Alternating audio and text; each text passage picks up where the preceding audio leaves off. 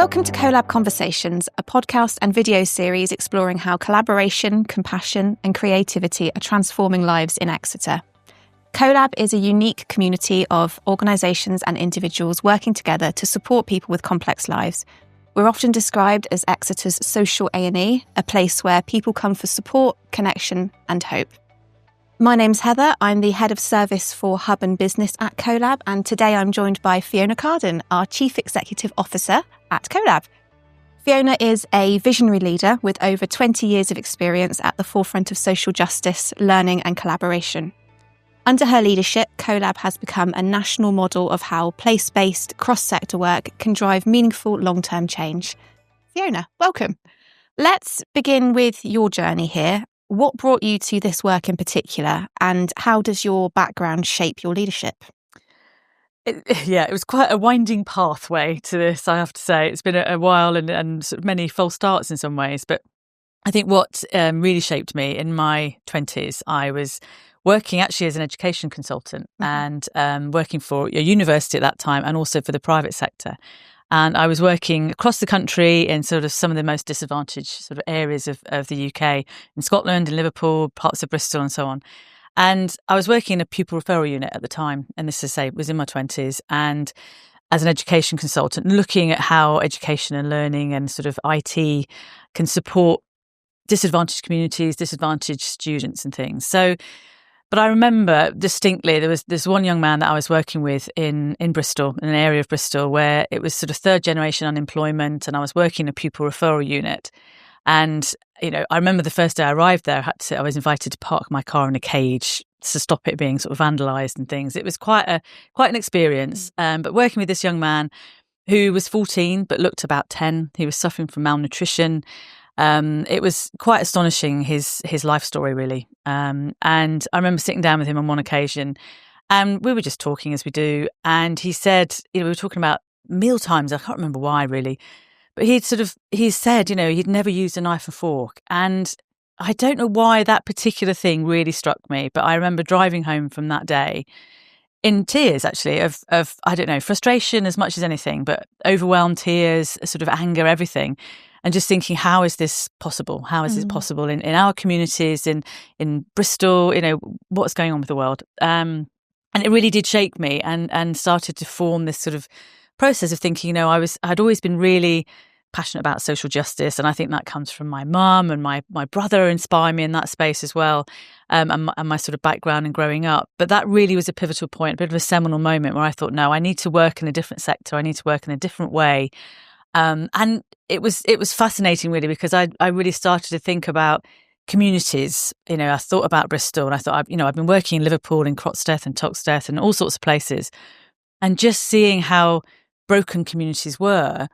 But actually, when you got into the heart of the communities, they weren't broken. They were actually incredibly strong, and the power that was there, it's just that their voices weren't heard and they weren't amplified in our kind of communities, in our society. And I really this sort of fire lit in me, I think. And I started thinking, what can I do differently? And I guess that's where it started. And then I sort of joined, I worked for Exeter College. I did all sorts of things. And I worked in adult education but started to focus on communities, on people who were experiencing disadvantage and those really whose voices weren't heard. And that was where I really sort of started my career as it is now. Yeah, thank you. So something that you talk about a lot in a positive way is lifelong learning and social capital, particularly building social capital. How do you think these play out in the context of CoLab? I think that comes from, as I was describing, that kind of lifelong learning. How do we empower communities? When I studied education, there was a lot of learning I took from that, how education and learning is a tool for change and how it really empowers individuals, but also communities to make the changes for themselves, to have their own voice. And I think that's about that developing personal social capital, but also community social capital. There's lots of copious evidence now about how communities flourish economically and otherwise when individuals and communities have social capital. You and I, might take for granted the decisions and choices we can make in everyday life, whereas lots of people experiencing disadvantage or complex lives, they don't have those opportunities to make choices. So it's about how do we create the conditions for that to happen? And I think there's something about, the value and importance of it underpinning everything. So, services, the way the services work at CoLab are crucial, of course they are, but it's changing the systems, it's empowering the individuals and the communities that we support.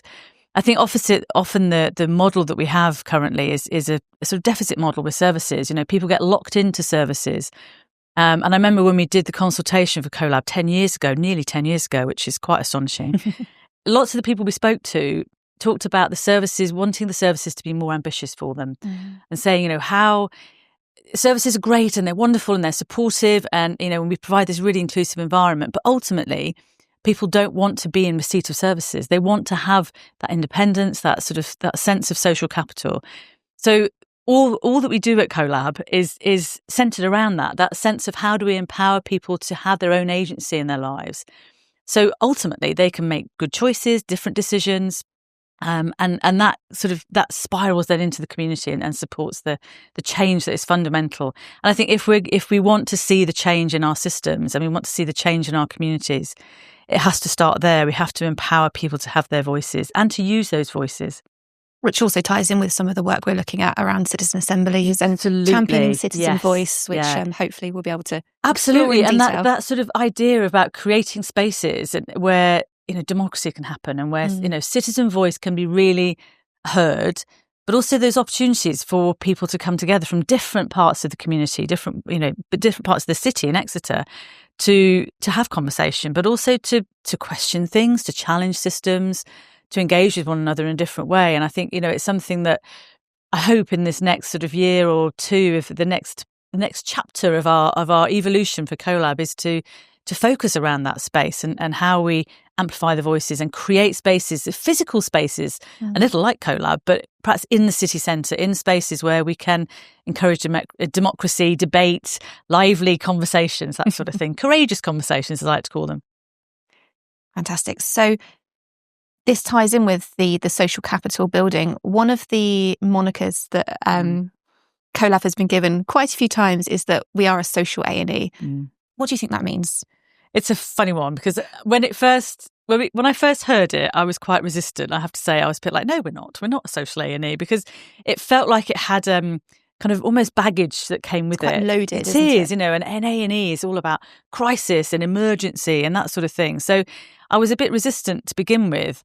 But I think what's been challenging over the years with CoLab is how we describe it in a sentence. We still haven't got there. It's been 10 years and we not still going to say it's impossible. No, we're ambitious. It's ambitious. But how do we condense the model, the purpose, the sort of who we are, our personality and our model into a sort of short sentence? And then, as I say, going back to the social A&E, it was a bit resistant to begin with, but if that's how people identify, then that works for them. If that gives them a sense of, okay, it's about all the different elements that we need when we're in crisis to go somewhere and say, this is, it's about housing, it's about mental health, all those different things that we support and provide within CoLab. I think what's important though is the balance, to remember that it's not always about crisis. It's not always about emergency. Certainly when we remained open during the pandemic, that I think brought an element of that with it, about crisis and emergency. And now we're just trying to readdress the balance a little bit with, it's not always about crisis.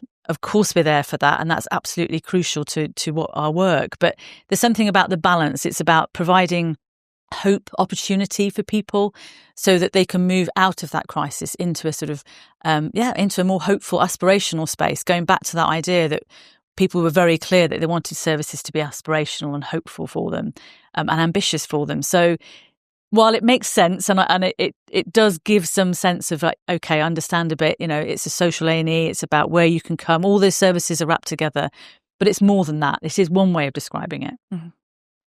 So you've been part of the CoLab journey from the word go, nearly 10 years, celebrating our 10-year birthday next year. Yes, yeah. The idea was born out of that merger between the social laboratory and collaboration. So my question here was around, what does true collaboration across sectors look like for you? And how would you suggest we build and sustain those relationships?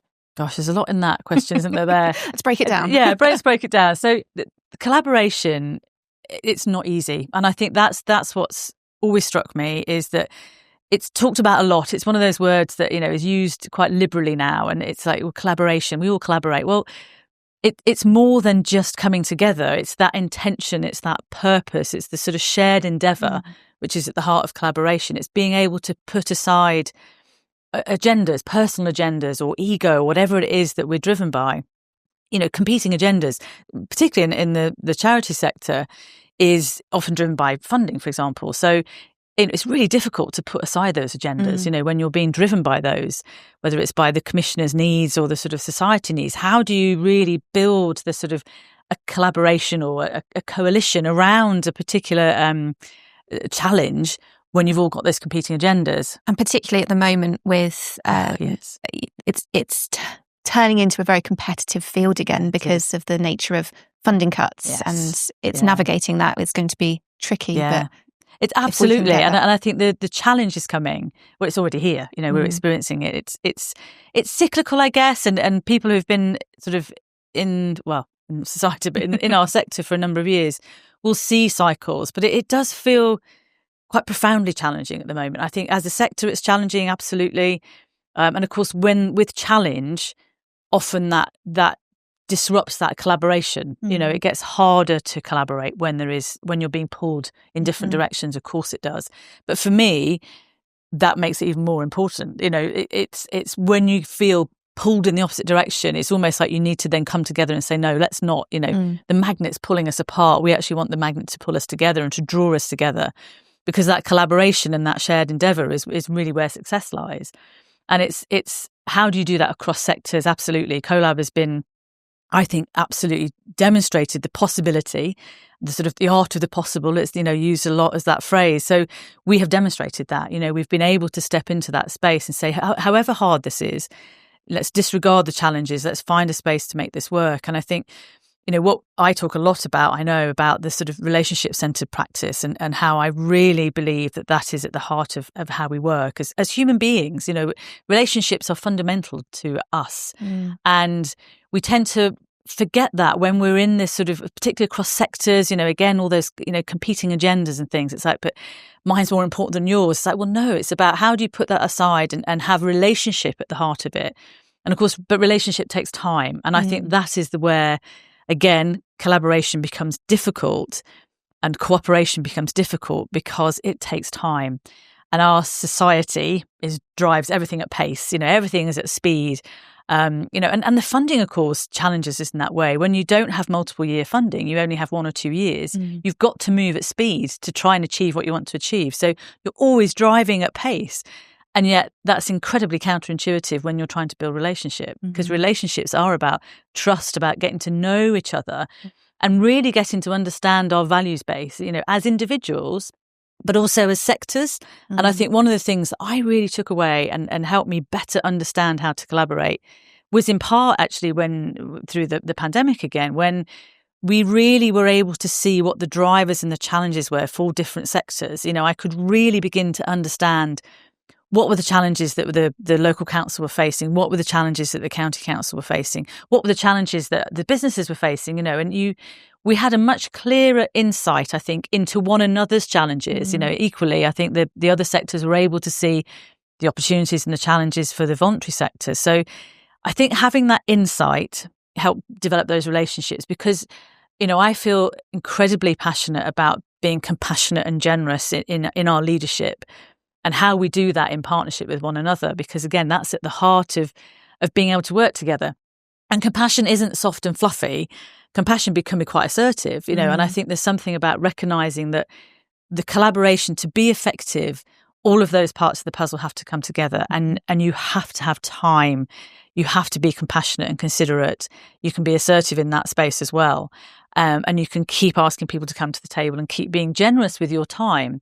But I think it's a tension, absolutely, for sure. And I think, CoLab, which is lovely, because that laboratory bit is where it gives us the space to be a bit creative, to make those mistakes, to try things and fail if we need to, but to learn and move on quickly as well. And I think that's the beauty of CoLab, from a personal perspective as well. Every day there, you can literally see those relationships strengthening and learning about each other. And it's a really good opportunity to support one another as well. And I think that's been really important as part of CoLab's journey is to make sure we're bringing people along with us as well. It's not us striding out ahead. We've got a common purpose. We share those values, and I think we can always hopefully find something to agree on and move forward on the end of the day. Absolutely, yeah. Particularly, so staying on the subject of collaboration, has there been a particular moment or a project that has really brought how you've described collaboration to life? It's so difficult when I looked at this question, because I think there are many examples. I think almost every project we've done has helped me learn that journey of what it is to collaborate effectively. I think we've seen those mistakes and things, but I think in some ways, maybe it was what emerged from things like the pandemic, when we were able to really demonstrate the CoLab model in some ways, that we did stay open as a building and as a space, as an offer. And I think, and that brought, challenges, of course it did, but it felt morally the right thing to do. But it was also that sense of we can demonstrate our work and our practice, and the collaboration was what enabled some really meaningful, quite extraordinary things to happen during that time. And there were lots of little tiny examples, but I think there's many examples really. So the fact that we have lots of alliance models at work. So we've got the STAR project, we've got the Devon Mental Health Alliance, Wellbeing Exeter, Devon Domestic Abuse Alliance. We are part of a number of alliances now, and I think that's grown over the last sort of 2 or 3 years really. And I think that emerged from being able to really demonstrate that we understood what collaboration was.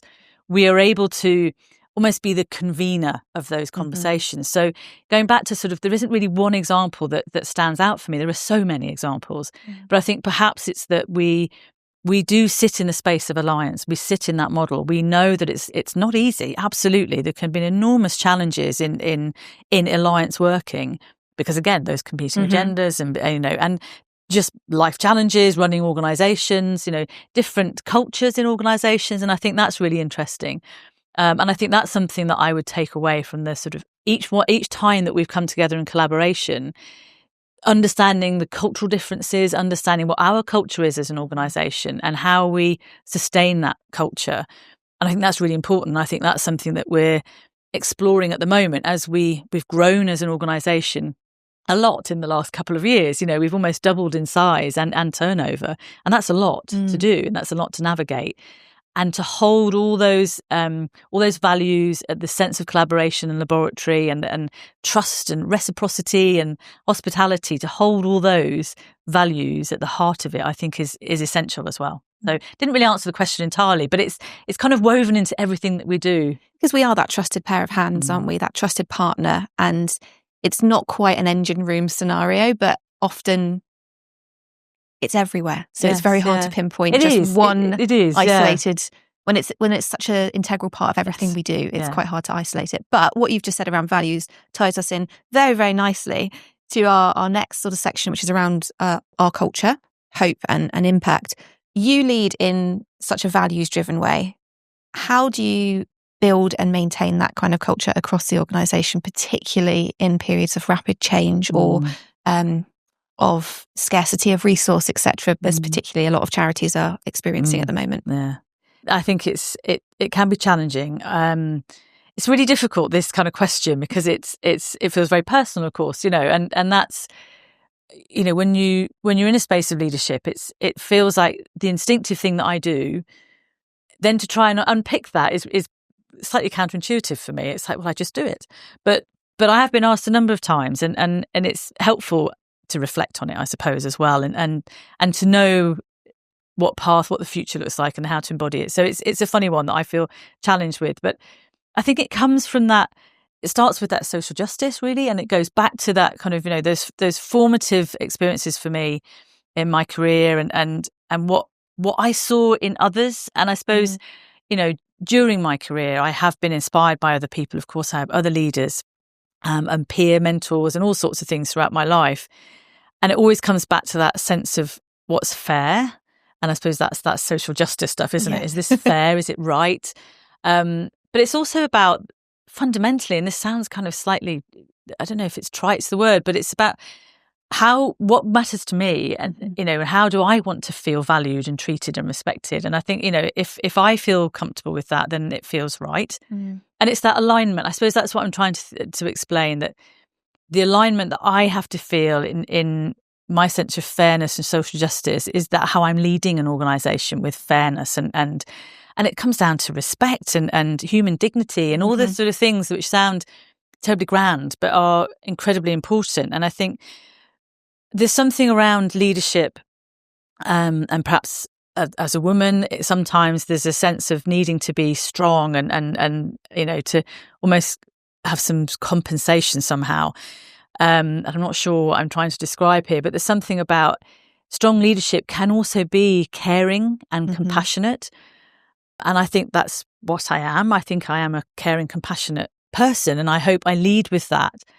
And it's about respect and value and trust, and crucially about empowering other people, I think, to do their best work and try and understand what it is in each individual that motivates them. It's a little bit like I was describing, when you start to understand the other organisations, the other sectors, you start to get to know their personalities and their culture. It's similarly within leadership. I think spending time understanding people that you're leading is enormously powerful, and to understand people as humans and what their drivers are, what their passions are, and what makes them laugh, what challenges them, what inspires them, and to nurture those things in people.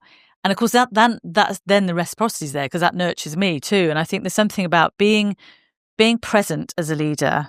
I think it can be really challenging, because as a CEO, I have to be strategic. I have to be out talking about CoLab and talking about our model and challenging the system and sort of speaking truth to power and all those wonderful things, but not losing sight of being present for people, but also for the culture of CoLab, and being able to talk about the challenges, to be honest and to show integrity, I think is really important.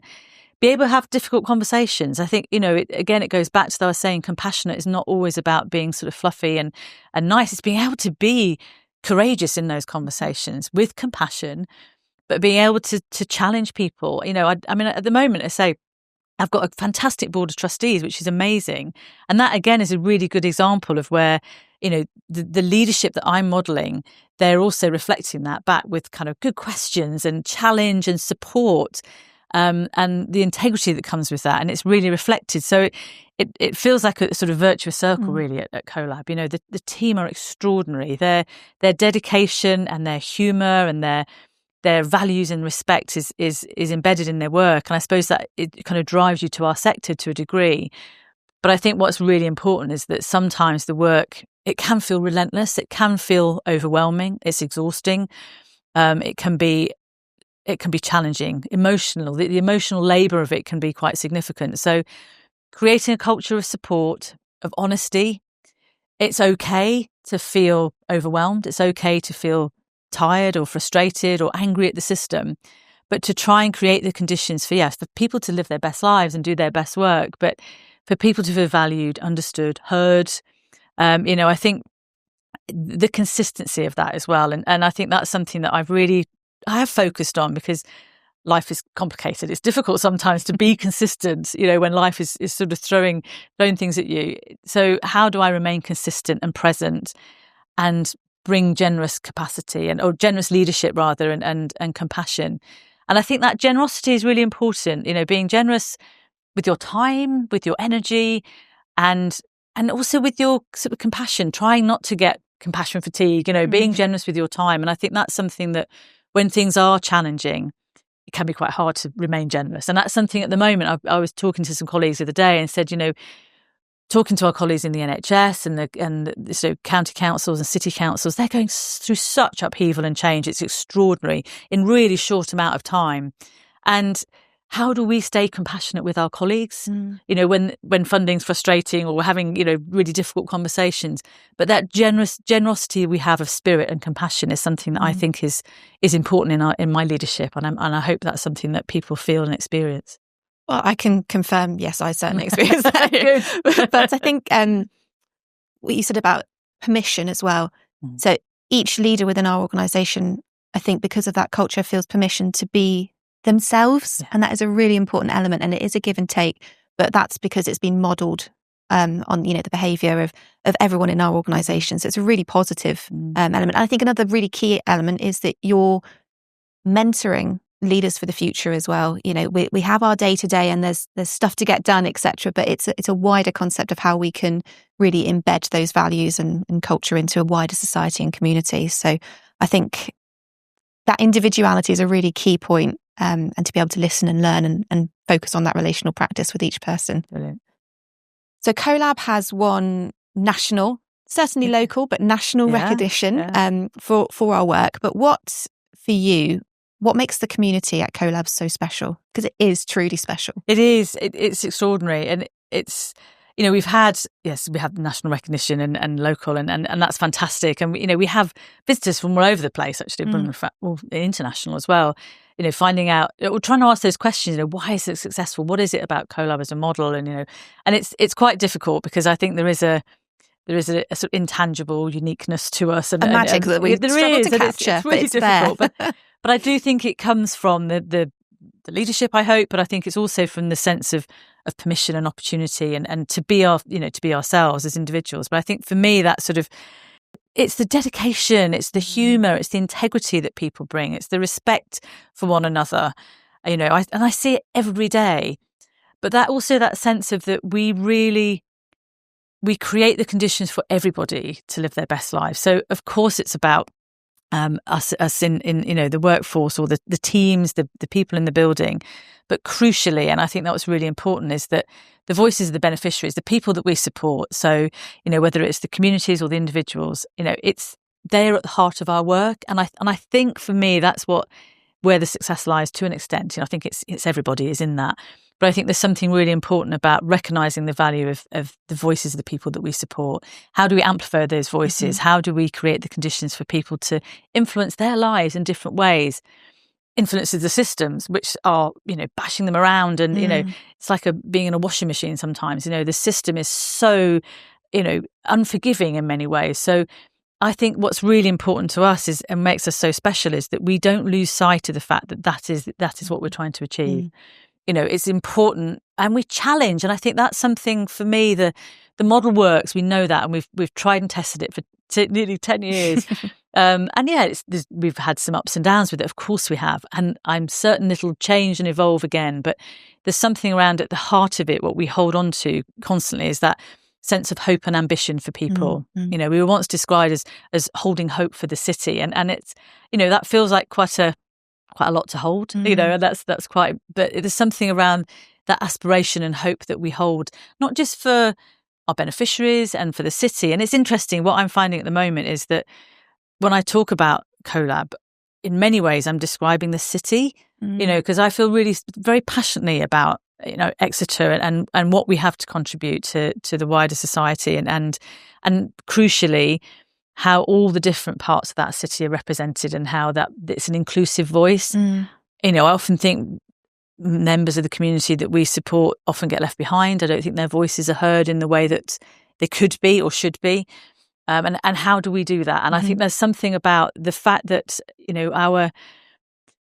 at the heart of our practice, at the heart of our work is that sense of collaboration in its truest meaning, but also of care and compassion for ourselves, for our communities, but that aspiration and hope, that we don't lose sight of that. And I think there's something about, it's quite easy to get worn down by the systems and the challenges and funding requirements, and it's endless sometimes. And it can be attritional. It can be absolutely really wearing. And I experience that, and it's not all sort of roses around the door, and it's not perfect by any means. But I think our superpower, if you like, in all those storms that we've had to navigate, is to remain centered on that hope and aspiration, despite what's going on around us. And that sense of, I often describe CoLab as this, it's like a flotilla of lots of different boats, all sorts of different sizes. You've got your coracles and your canoes and your yachts and all sorts of things. And we're able to really move with the changing weather, whatever's happening, whether it's changes in government policy. This year has seen so many different changes, whether it's NHS, local government restructures, everything. But because CoLab is this wonderful flotilla of different shaped boats, we can adapt, and we're really flexible.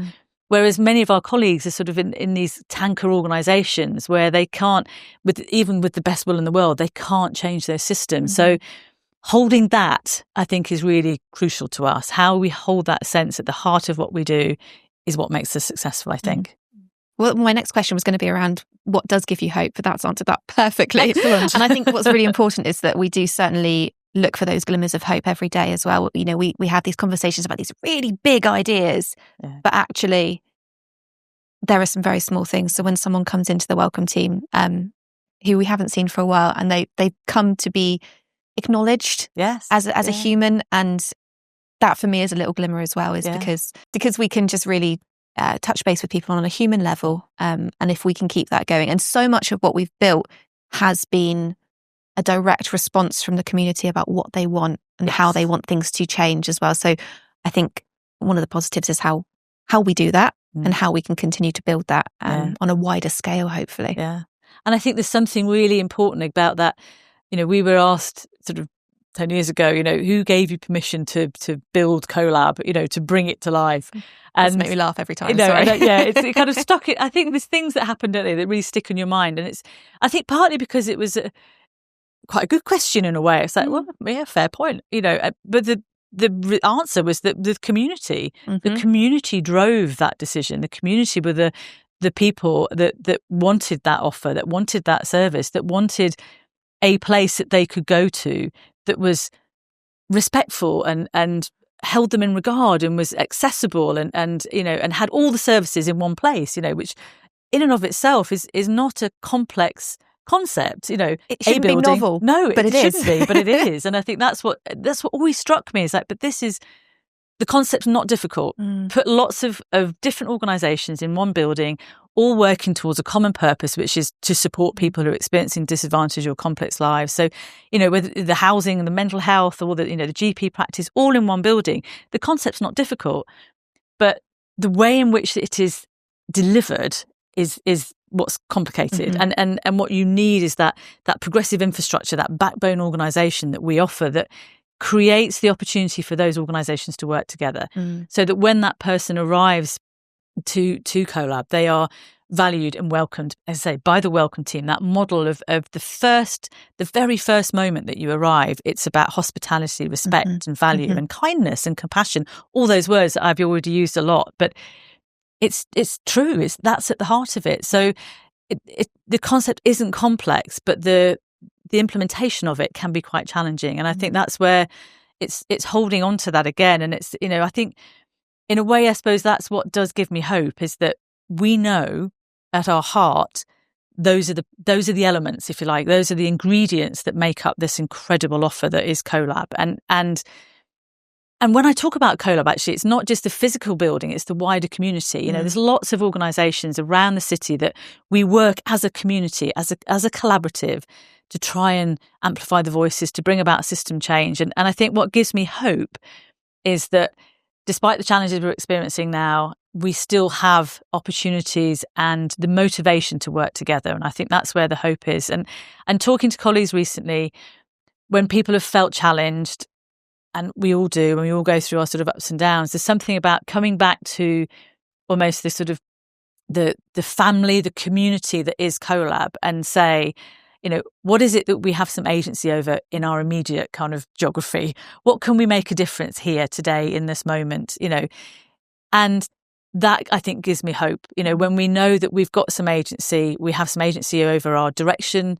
And hopefully that individuals feel that. And I think that's what we're trying to support with the communities and the individuals we support, for them to have some agency, because then when things are complex out in the wider world, if you have a sense of agency, you then have a sense of sort of power and autonomy for yourself and to make your own decisions for yourself. And I think that goes back to that whole sort of that adult learning, what's important to me and what matters to me is at the heart of the work.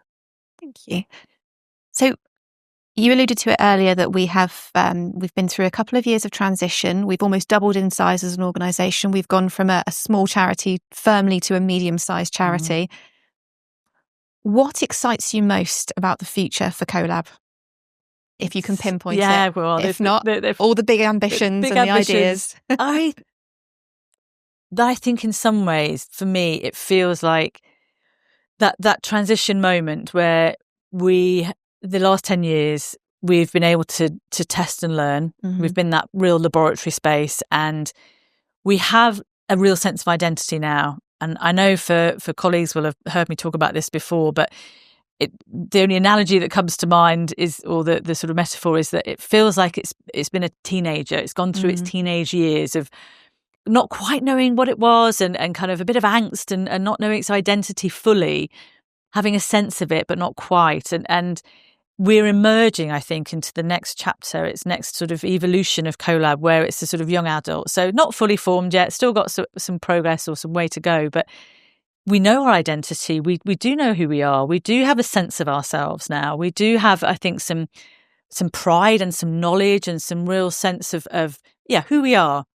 And that feels really grounded, and it feels really strong, and it feels really centered. And I don't think we necessarily had that until the last couple of years, in a way, or even shorter time. So, and I think that my sort of hope for what next is, feels like we're then able to share that in a different way. We can articulate it differently or better than we've been able to previously. And I think being able to articulate it, to be able to share the model, being able to deepen our practice in the city. And I know colleagues are going to talk about, how we're broadening our offer across the city. So I think that's where it feels really sort of exciting for what next. It's like, we're going to deepen our practice. We're going to sort of do more in the city, bring more collaboration together, because we know ourselves well. And I think we can have some confidence in ourselves in a way that perhaps we're just emerging. It feels like we're just maturing into that space. As I say, we're not fully formed by any means, but that feels really exciting. And it feels like we've got a real, how would I describe it? Like a really strong platform to foundations.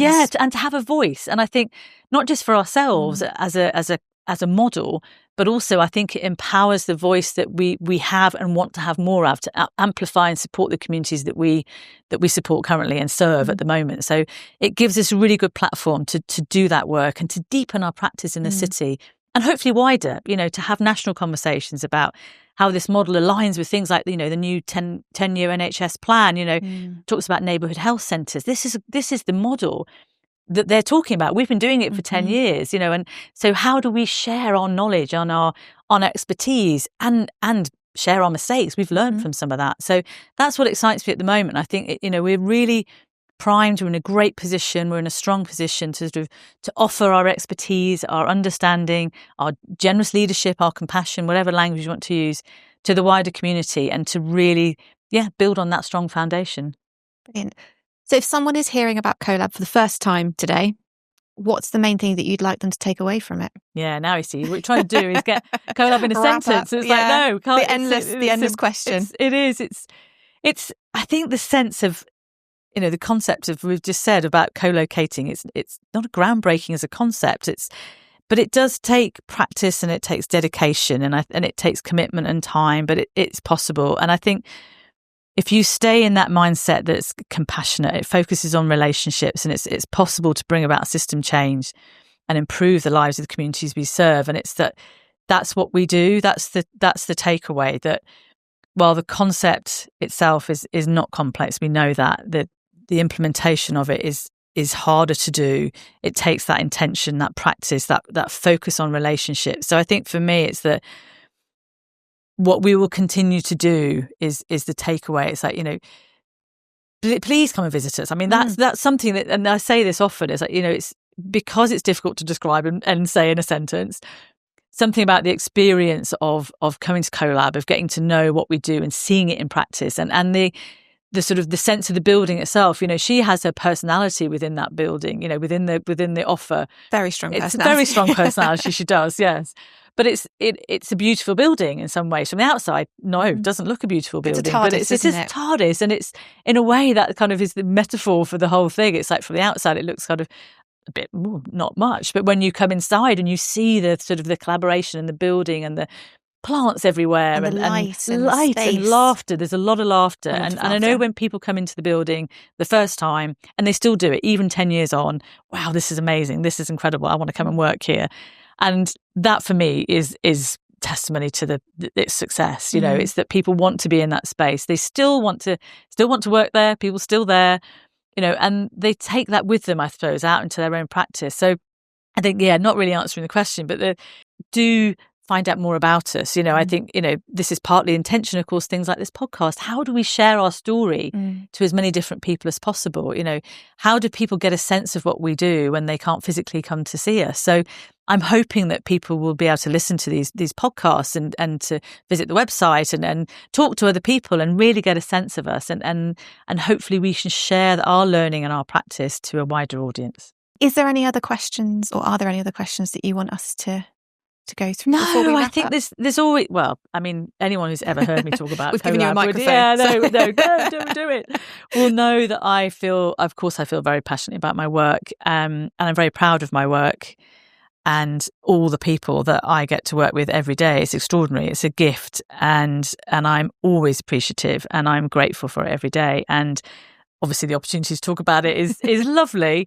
And I hope people really do take some time to kind of get to know us and visit us and find out how we can work together with other people. You know, there's always more scope for more partnerships, more collaboration. So I hope there's opportunity to do more of what we're doing across Exeter and wider. Thank you so much. Thanks, Heather. If you'd like to learn more about CoLab Exeter, head to www.colabexeter.org.uk or find us on social media. Stay tuned for more interviews in this series as we spotlight the voices behind CoLab and explore how we can build a more connected and compassionate city together. Thank you.